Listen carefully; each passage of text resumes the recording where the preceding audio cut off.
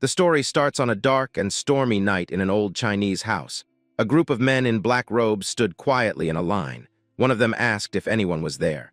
The rain had formed puddles, and outside, a dirty child, soaked from the rain, looked at the men in black robes. Their stillness was creepy. Among them, a man with red eyes looked closely at the boy, wondering how he could be living in the empty martial academy. He called the boy a young warrior and politely asked if they could stay there for the night to get out of the rain. The boy watched them closely, curious about who they were. He was surprised they spoke so nicely, especially since he was just a kid. He thought they might see him as a young caretaker of the closed academy.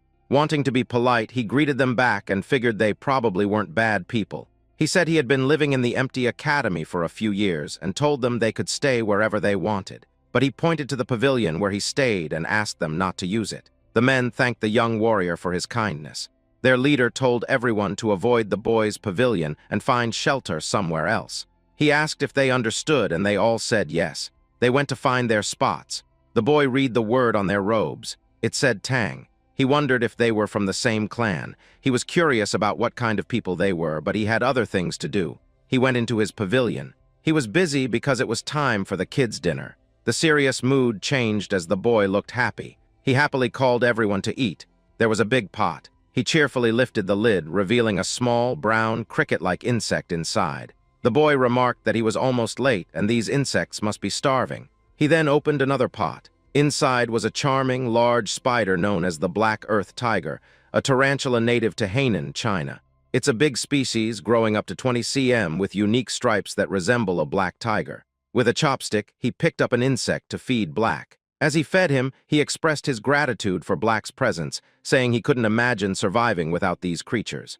Black eagerly munched on the insect. The boy was delighted with Black's reaction. He was amazed that this spider, once the size of a fingernail, had already shed its shell twice and grown significantly. He was thrilled. After Black had eaten, the boy opened a drawer. Inside was an orange lizard with white stripes.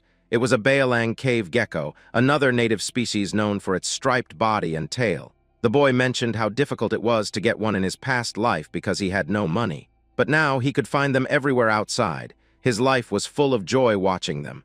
As he fed the gecko, it bit him. He yelled and shook his fingers to dislodge it, but it held on tightly. This moment reminded him of his past. Before ending up in this body, he was a streamer. A streamer with a huge following of 1 million subscribers. He was a professional biologist known as Spicy Fabry, focusing on venomous insects and animals. The trouble began during a live broadcast celebrating his 1 million subscribers, featuring the 10 most dangerous vipers in the world. The most dangerous among them, the black mamba, was seen as the most aggressive, and his trip to Africa to find it led to his demise. He explained to his viewers that he didn't have it yet, and finding it was quite challenging. He decided to take a break and planned to search for it again. His viewers assured him they would wait. He was exhausted and couldn't locate it. In the chat, viewers were worried that the black mamba might be in his house and could bite him. The elusive snake, which he had searched for tirelessly, was actually curled up on top of his refrigerator. During the live stream, it bit him swiftly, and just like that, our boy died. Now back to the present, he frowned, thinking about how it happened after all his hard work. Meanwhile, an elderly man in a black robe stood outside his pavilion door. He knocked and called for the young warrior. The boy opened the door and asked if there was anything wrong. The man expressed his gratitude for the shelter from the rain. He invited the boy to join them for dinner, mentioning they had caught a deer. The boy was thrilled to hear this. He loved meat. Until now, the only meat he had eaten was from snakes and lizards. He gladly accepted the invitation and joined the others. They had set up a bonfire. Everyone gathered around, watching the deer cook. The elder noticed the boy drooling at the sight and mentioned that the deer would take some time to be ready. In the meantime, he asked if he could ask a few questions. The boy felt a bit embarrassed for staring too long but agreed to answer. The elder asked if the boy lived alone and how old he was. The boy wasn't sure if he was 14 or 15. He decided to make up a story that he had hit his head as a child and didn't remember much. When asked if he stayed there by himself, he said yes, explaining he had no special talent. He just caught snakes and sold their skins to get by. The elder was surprised he did such a risky thing. The boy replied that he was used to it. Someone brought over some cooked meat so they could eat first. An old man commented that the young warrior must be hungry. The boy thanked the elder. He mentioned it had been a long time since he had any meat. As he bit into it, he looked genuinely happy. In his mind, he thought, This is happiness." The older men watched him with smiles. They asked the boy to listen while he ate. The elder explained they were searching for something and asked if he had seen anything unusual. The elder hesitated about sharing more. The white-haired elder suggested to the patriarch that, since they owed the young warrior, it might be fine to tell him. Besides, the boy probably wouldn't understand, and living alone, he wouldn't spread the word. The patriarch agreed with his father and began to explain. They were looking for a centipede with a blue spot on its body. The boy was taken aback by this. They called it the blue spot centipede. It was large, so they thought the boy might have come across it. He asked how big it was. The patriarch said that if it were an adult, it could easily swallow someone the boy's size. The boy went pale at the idea of such a gigantic centipede. He started to question his assumption that he had just traveled back a few hundred years. Maybe he was in another world altogether. The white-haired man reassured him not to worry, as they were close to catching it. The boy wondered if they intended to catch and raise it. The elders were puzzled by the idea of raising it. The white-haired elder was entertained and burst into laughter. They found the notion of raising a blue spot centipede amusing. The patriarch remarked on how funny the young warrior was. The white-haired elder clarified that raising it was impossible. They intended to use it for medicine. This confused the boy, who thought they might be traders, but now wondered if they were involved in something illicit. He asked how centipedes could be medicinal. The white-haired man explained that his granddaughter was gravely ill, and the centipede's inner core was the only thing that could save her, so they were determined to find it. The boy was trying to piece everything together, and the patriarch confirmed his thoughts. The white-haired elder's granddaughter was indeed his daughter. To the boy, it seemed like they were willing to try anything to help her, given her critical condition. Though he doubted centipedes could be used as medicine, he understood the lengths parents would go for their children. Feeling sympathy for both the girl and the centipede, and grateful for the meal the men provided, he decided to offer his help. He began speaking about the centipede, prompting the patriarch to ask if he had seen it. He replied no, but mentioned that while he might not know exactly what a blue spot centipede is, he might have an idea of where to find it. Despite his death by snake bite, Spicy Fabry was exceptionally knowledgeable about venomous creatures. Out of the estimated 8.7 million species, about 20,000 are known to be venomous, and he had knowledge of each one. Centipedes were no exception. With expertise in venomous animals, Spicy Fabry was like a walking encyclopedia. The boy recalled his extensive knowledge about centipedes, as if flipping through a mental book. In his mind, he scanned through the information and soon found what he was looking for. Back in reality, he told the elders he might know where to find the creature. The men were surprised and eager to know where. The boy asked about the areas they had already searched. They had looked north and east of the academy, mostly during the day, focusing on the riverside to the north. He wasn't surprised they hadn't found it. He explained, "Of course you couldn't find it." The elder was curious about what he meant by "of course." They urged him to explain. Centipedes, being part of the Arthropoda phylum and Chilopoda class, have a wide range and, being cold-blooded, require shelter to regulate their temperature and humidity. Another interesting fact is that, unlike most insects with a waterproof layer, centipedes have weak waterproofing and pores on their shells. So they don't actually prefer wet places. They need high humidity but dislike being overly wet, yet they can't survive long without water. Thus, the blue spot centipede is unlikely to be found in jungles or by the river. The elders were surprised, as they thought centipedes preferred places like rotten wood cracks. The boy explained that while small ones might be found there, they were searching for a big one. Large centipedes can't stay in jungles or near river rocks because they wouldn't be able to hide. The elders exchanged glances, nodding in silent agreement. They asked where they could find the centipede, promising the boy a big reward if they succeeded. The boy smiled. He pointed west, suggesting they search the Rocky Mountains in that direction. Centipedes enjoy resting under warm rocks during the day and come out at night. A few hours later, they were at the Rocky Mountains, searching thoroughly. The patriarch stood atop a tall, narrow rock, watching closely. One man approached him, suggesting the young warrior might be mistaken. He decided it was time to call it a day. He ordered the signal arrow to be fired, gathering the search team. As the arrow flew, the men gathered around a bonfire. Though exhausted, they still hoped the young warrior was right. They wondered why the centipede remained elusive but believed in the boy's intelligence. The patriarch remained silent. Eventually, with a pained expression, he spoke of his daughter, Hueyun, considered the most exceptional talent in the Tang family's history. He questioned if the heavens had abandoned her. Suddenly, someone announced the Grand Patriarch's return. The patriarch welcomed him back, and they gathered around the bonfire. The Grand Patriarch asked if he had also failed to find the centipede. The Patriarch confirmed that he too had failed. He asked if the Grand Patriarch had the same outcome, and the Grand Patriarch nodded. Hueyun had at most 3 months left. He doubted they could find the centipede in just 10 days. Silence fell over the group. The Patriarch suggested exploring the south the next day since they hadn't found any traces there. The Grand Patriarch agreed, noting the lack of traces. This statement sparked a realization in the Patriarch. He laughed heartily, admitting he couldn't believe what he had overlooked. He declared that they were indeed in the right place. The Patriarch asked if the Grand Patriarch had noticed something. The Grand Patriarch replied no, but as the Patriarch mentioned, he hadn't sensed any presence or trace. The Patriarch was puzzled. The Grand Patriarch explained that the absence of traces suggested it was there. He asked the Patriarch if he had seen any signs in the past 3 days. The Patriarch admitted he hadn't seen any animals, droppings, or territorial markings. That was when the Patriarch understood. The Grand Patriarch clarified that it was exactly as it seemed. It was unusual not to find any animal traces on such a large mountain. The Patriarch considered the possibility of a territorial creature. The Grand Patriarch suspected that other animals had either fled or become prey to the centipede. He patted the Patriarch's shoulder, assuring him that the blue spot centipede was indeed there. They felt hopeful that they could save Hueyun.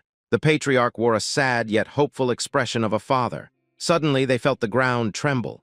Alertness spread through the group. Panic set in as cracks appeared in the ground. The area around the bonfire began to crumble. Unexpectedly, it rose from the earth. Confusion swept over them as they tried to understand what was happening. A limb emerged from the ground, soon followed by another. They pointed at the creature as it surfaced, fear gripping them.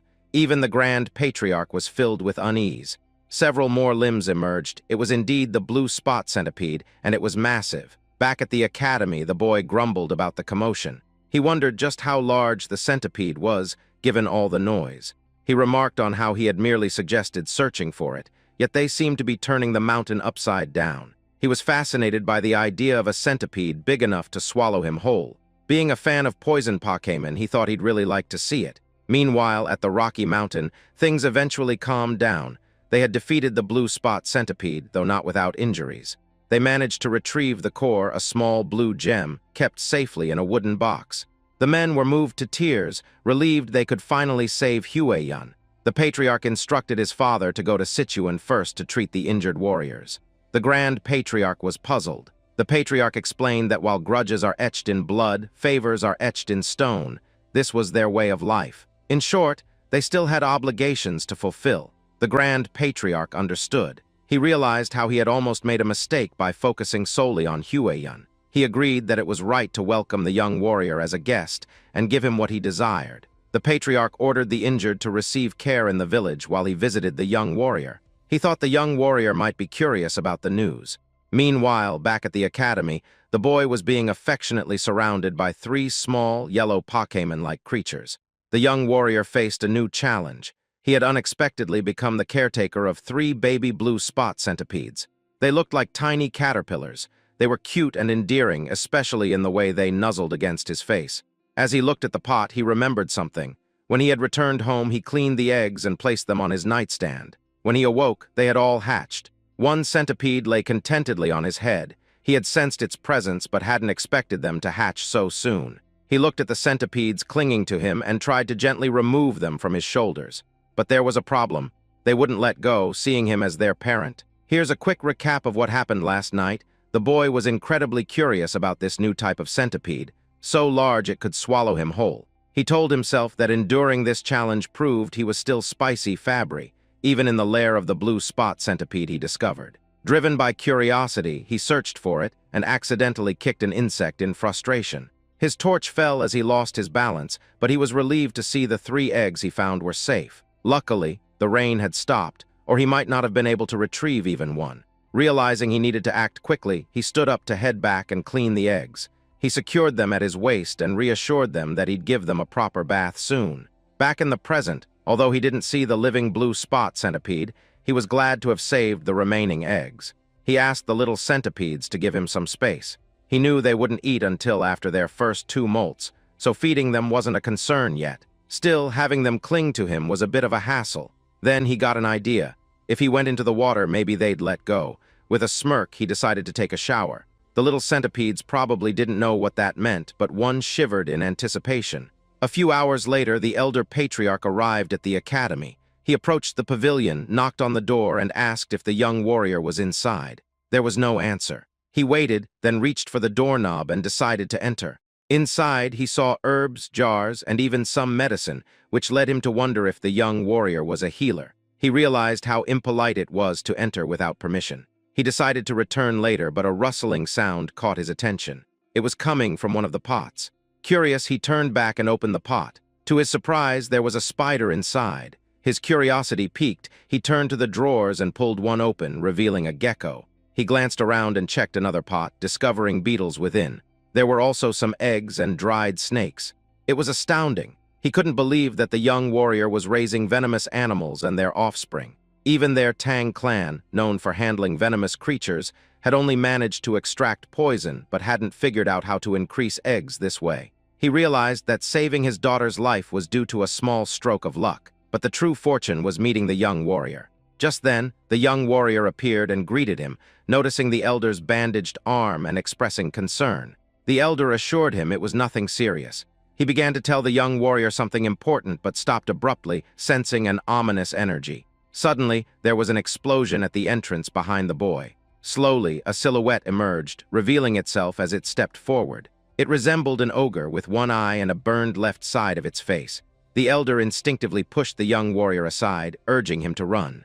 The boy was startled and confused. The monster let out a loud roar, assuming an aggressive stance. It moved swiftly, attacking with its hand. The elder blocked the attack with his uninjured arm, enduring great pain. The monster then pushed him back, sending him flying. Dust filled the air, causing the elder to cough, and he spat blood. He realized the monster's strength was comparable to that of his father. The elder urged the young warrior to run, but as the smoke cleared, it revealed the young warrior being choked and lifted by the monster. The young warrior coughed as the monster laughed loudly. The monster taunted, saying he heard the Tang clan had come to Hainan. No one expected the son of the myriad poison's divine sovereign to be injured and alone. The elder responded that he didn't know who the monster was and asked why they were being targeted, including the young warrior. The monster asked if the elder couldn't recognize him by his face and fist, introducing himself as Blood Hand Rakasa Takanyang. He said the elder's father was responsible for his disfigurement. The elder recognized the name, recalling that Takanyang had been struck by a poison palm and fell off a cliff, yet he survived. The elder pleaded for the young warrior's release, offering his own life in exchange, but Ayang refused. He vowed to kill anyone associated with the Tang clan. Inwardly, the elder cursed the demon, a term for a powerful martial artist causing harm. Ayang showed no intention of sparing the young warrior. The boy's face turned pale from lack of air. Ayang laughed and declared he would die. The young warrior weakly begged for mercy, nearing his limit. Suddenly, 3 pairs of fierce eyes appeared. The little centipedes dashed onto Ayang's arm. It was their moment to shine.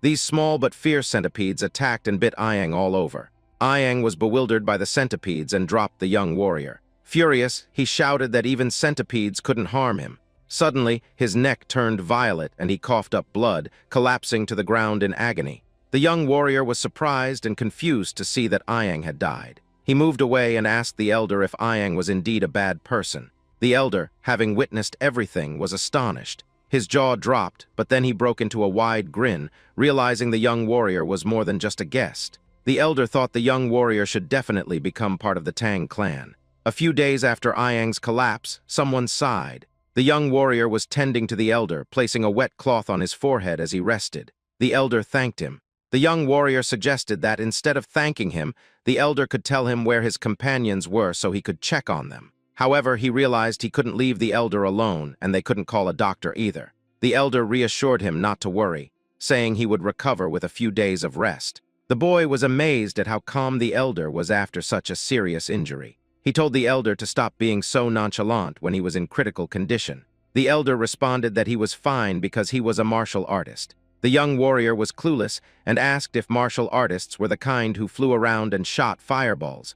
The elder chuckled and explained that not everyone could do that, but it was one way to describe it. Spicy Fabry was amazed. It was yet another reminder that he truly was in a different world. Otherwise, a centipede as large as a house wouldn't make sense. The elder expressed that he owed his life to the young warrior who had saved him.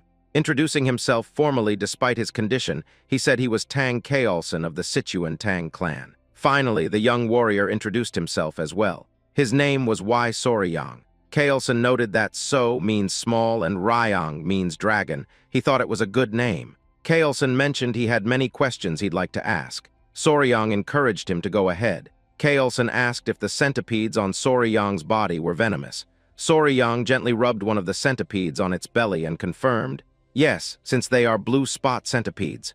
This revelation made Kaolson sit up abruptly, astonished. He asked if Soryang had tamed them and how he managed to do it. Kaolson also mentioned that while waiting, he noticed other venomous creatures and wondered if Soryang was raising those too. Soryang said it was a long story and asked if Kaolson was okay with hearing it. Kaolson assured him he didn't mind. Soryang began explaining, starting with the egg of the blue spot centipede. When he finished, Kaolson asked for confirmation that Soryang had raised it from an egg. Soryang nodded, saying he could roughly predict when it would hatch. To Kaolson, this was beyond comprehension. How did the boy manage such a feat? Soryang asked him to hold on for a moment. He went to one of the drawers, retrieved 2 lizards, and proudly showed them to Kaolson. The first lizard had a brown body with yellow stripes and white stripes on its tail, an ordinary striped lizard. Then there was another one. By breeding lizards with larger white stripes on their tails, he had produced one with a brown body and a white tail,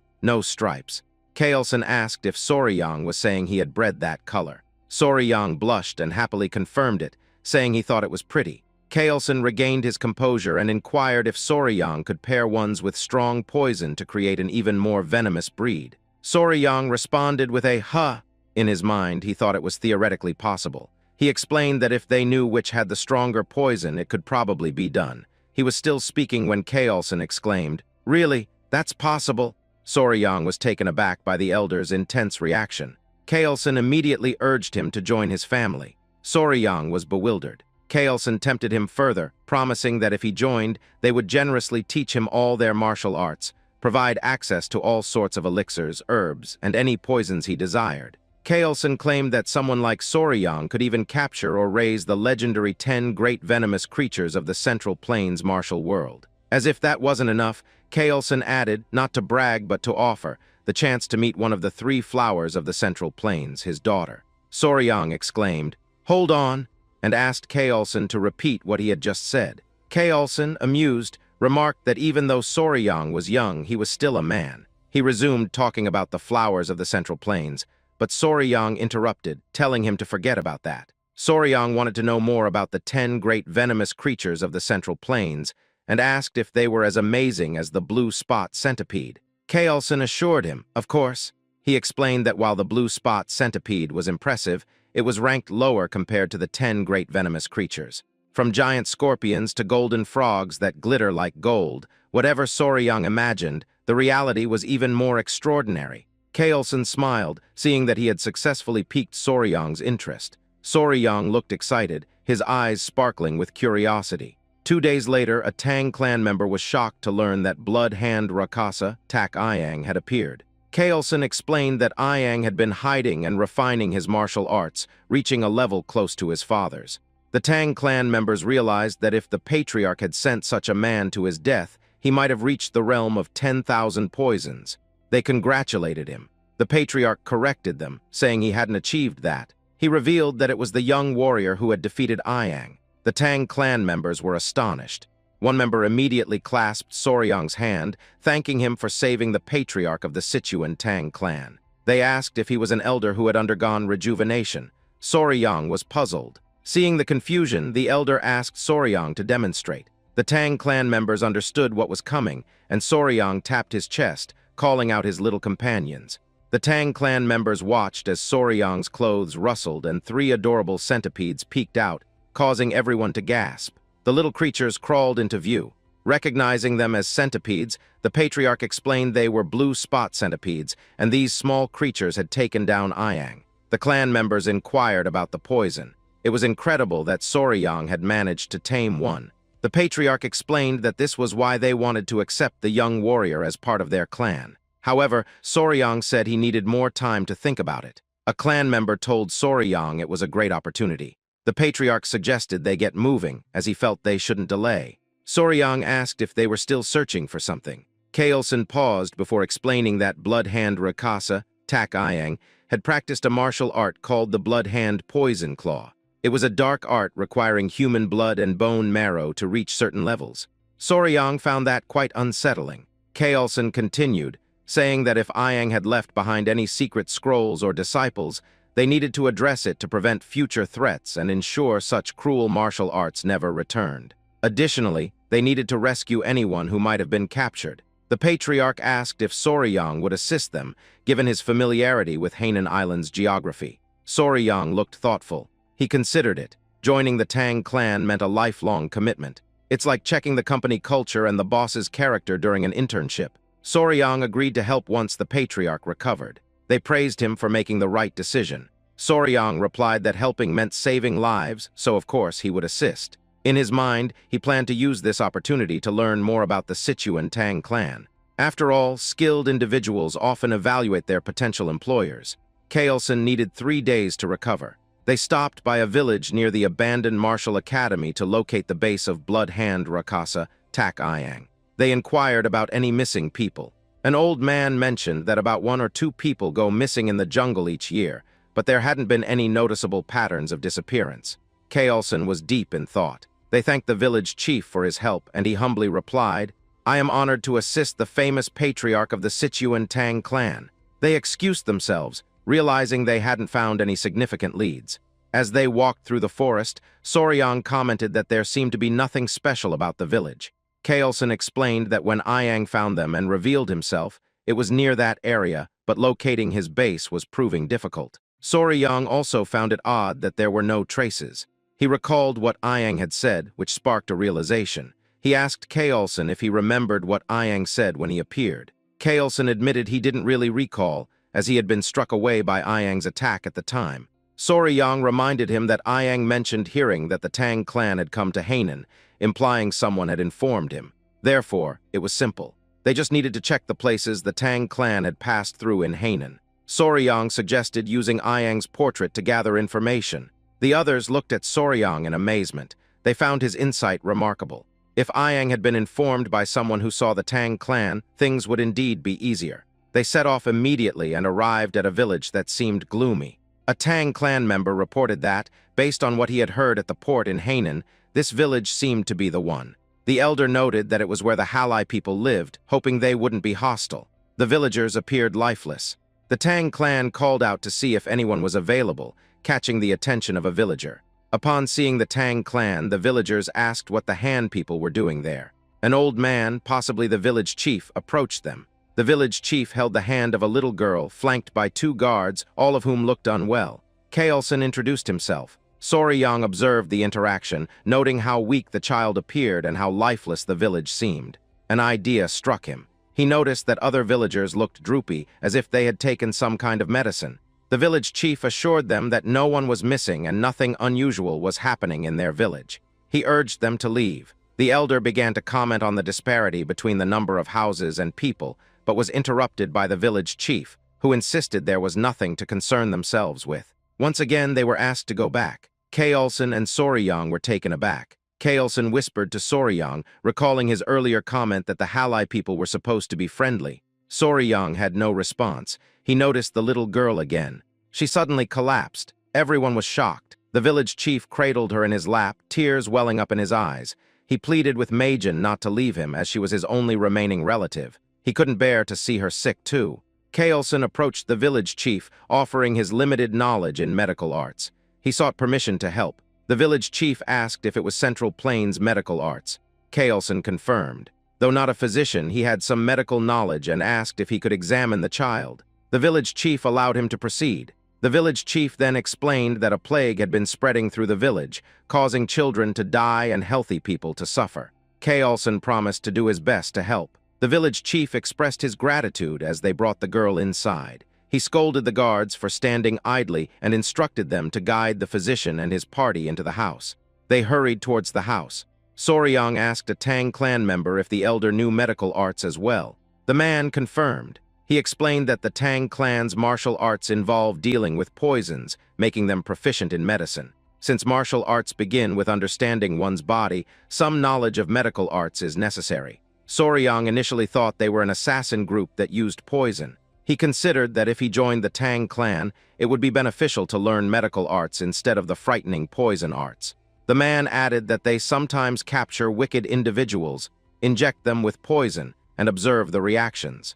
Soryang's expression was amusing as he interpreted this as human experimentation. The more he imagined it, the more uneasy he felt. The village streets were deserted. Inside one of the houses, someone sighed. Kaelson explained that he had transferred some of his energy to stabilize the girl's breathing. The village chief thanked him profusely, pleading for the life of his only granddaughter. Kaelson mentioned something odd about the child's pulse and asked if she had a weak heart from birth. The village chief explained that she had been sick for half a year. Besides his granddaughter, others in the village had also fallen ill with what they called a mysterious disease. This was why he had urged them to leave earlier. Kaelson offered to provide good medicine for the heart and asked for the villagers to be gathered so they could try it. The village chief was overcome with emotion, thanking him sincerely. Soryang observed Kaelson closely. Later that night, a Tang clan member walked with the patriarch, acknowledging his hard work tending to the patients. The patriarch thanked Gyupi. Pai inquired about the symptoms. Kaelson explained that the symptoms were quite unusual: lethargy, swelling in the eyes, light fever, and irregular pulses. Those with severe symptoms all had heart problems. Kaelson asked where Soryang was, and Pai replied that Soryang, likely exhausted from helping all day, had fallen asleep. He had left him in his room. Kaelson agreed, noting that Soryang had been following them without knowing any martial arts, which would naturally tire him out. Kaelson decided to check on him, and Pai offered to lead the way. They entered the room, finding Soryang sleeping soundly on the bed with his 3 centipedes resting in a basket. Kaelson peeked through the door. Noticing something, he immediately entered and raised his hand towards Soryang. His hand came down heavily, waking Soryang with a sting on his cheek. Kaelson was glaring at him. Soryang, confused by the sudden action, instinctively moved away, cradling his sore cheek. He gritted his teeth, growing angry, and demanded to know why Kaelson had done that, complaining about the pain. The elder apologized, explaining that there was a bug on Soryang's face and he had tried to catch it. Soryang found this hard to believe, but Kaelson asked him to listen. He explained that he had stopped by to check on Soryang before sleeping and had noticed a bug on his face. Given the many venomous insects in the area, Kaelson thought it was too dangerous to leave it there, so his hand acted on its own. He showed Soryang the bug, noting its size. Soryang was surprised to see it and then had a realization. He confirmed with Kaelson that although the patients exhibited various symptoms, they all had arrhythmia. Kaelson affirmed this. Soryang then identified the cause of the town's illness, pointing to the bug and saying it was the kissing bug, a species from the Reduviidae family. The kissing bug got its name because it often bites around the eye or lip area, sucking blood quietly, even more so than a mosquito. This is why they're also known as vampire or assassin bugs. While the bugs themselves aren't venomous, their stomachs are full of harmful parasites. When they bite, people can easily get infected through their excrement, leading to trypanosomiasis, also known as Chagas disease. This disease ranks 7th among the most deadly to humans. Soryang asked the village chief if the village dogs also showed symptoms similar to humans, like running out of breath easily. The village chief confirmed this and asked if the bug was responsible. Soryang affirmed it was. The chief asked if this meant they could save his granddaughter. Soryang said it was possible with the right medicine. Kaelson grinned. He asked Pai for his opinion, and Pai acknowledged the young warrior's true value. Soryang noticed their exchange and wondered what was going on. They reminded him that they were from the Sichuan Tang family. Soryang looked puzzled, and Kaelson repeated the statement. In his mind, Soryang wondered, so what? His expression was both annoyed and confused, which was amusing. Kaelson explained the concept of gu, described as venomous parasites or witchcraft, created by evil men in China. These men used the bugs to inflict pain or control others. Soryang found this incredible. Kaelson agreed but noted that many martial artists had been killed by gu or forced to commit terrible acts, like harming their own families or becoming slaves to these evil men. This is why many have tirelessly sought an antidote to counteract gu. Kaelson explained that they were referring to cures that either expel the gu from the body or dissolve and kill them inside. Soryang started to understand. Kaelson then asked who might succeed in creating such a cure, and proudly declared that, of course, It was the great Sichuan Tang family. He assured them that if they had a remedy that could dissolve a fist-sized worm inside the body, a tiny bug wouldn't be a problem. He showed the curse melting orb, noting that even a small amount of the medicine should suffice. Soryang expressed his admiration, though he privately thought the name was quite fancy for an anti-parasitic drug. The Tang family assured the village chief that they could save his granddaughter. In the end, the villagers began to recover, starting with the chief's granddaughter. The chief was immensely relieved. The villagers' warm hospitality served as a delightful bonus. Their bright and cheerful demeanor affirmed the positive rumors about their personalities. Kaelson acknowledged that it would have been challenging without Soryang identifying the cause. He told everyone that the gratitude belonged to Soryang. The villagers thanked the young warrior, calling him their savior. Though the Tang family's medicine cured the villagers, Kaelson gave all the credit to Soryang. Seeing Soryang receive the thanks warmed Kaelson's heart, as if he were being thanked himself. Soryang was moved by this. The villagers celebrated, tossing Soryang into the air repeatedly. Later, the village chief whispered to Kaelson about their earlier conversation at the village entrance. Kaelson asked what it was about. The chief referred to the villagers with missing people. Kaelson remembered and asked for details. The old man, wishing to repay their kindness, shared a strange story he heard. Among the village women, one was from another village and told him about a tragedy a few years back where people disappeared. They believed they had found a lead. Kaelson asked the location of the village. The chief said it was a small village to the west. Upon arrival, they were greeted by the stench of corpses. They knew they were in the right place. Kaelson observed the scene. Corpses, trash, and bugs littered the area, with poison lingering in the air. Pai warned Soryang not to look due to the gruesomeness, but Soryang had already seen it all. A man pointed out something unusual, a gold chicken foot. It was pecking at the corpse of a snake. Just kidding, it was a mysterious bird. The bird had a golden tail, and its body was a mix of purple, pink, and black. It looked almost magical. One person couldn't bear to see the bird dishonoring the dead any longer and picked up a rock to throw at it. Kaelson tried to stop him, but it was too late. The rock missed, but they caught the bird's attention. The man was furious, but Kaelson placed a hand on his shoulder, cautioning him that something felt off. The bird spread its wings, releasing a miasma into the air. Soryang was taken aback as he watched the miasma melt the skeletons. Someone grabbed Soryang by the mouth to protect him. Kaelson quickly ordered everyone to run while covering Soryang's mouth and nose. He explained that the creature was a jianiao, which means poison-feathered bird. After escaping to safety, the group gathered around Kaelson. He described the bird, noting its 5-foot wingspan. Its beak was sharp and bronze-colored, and its body was covered in purple feathers. When it spread its wings in anger, everything around it turned black and died, poisoned by its presence. It had a golden crown on its head, giving it a truly regal appearance. Kaelson identified it as a Gen or Jianiao. Soryang's eyes lit up with enthusiasm as he asked if it was one of the 10 great venomous creatures. Kaelson confirmed it was. He explained that the Jianiao occupied the top position among the great venomous creatures, known as the king of all venom. Soryang was thrilled. In his mind, even the venomous insects and snakes of Earth seemed tame compared to this creature. He marveled at how biochemical weapons seemed to roam freely in his current world. Kaelson mentioned that the Jianiao seemed to have been drawn there by snakes carrying venom. It said that the Jianiao only eats the heads of venomous snakes.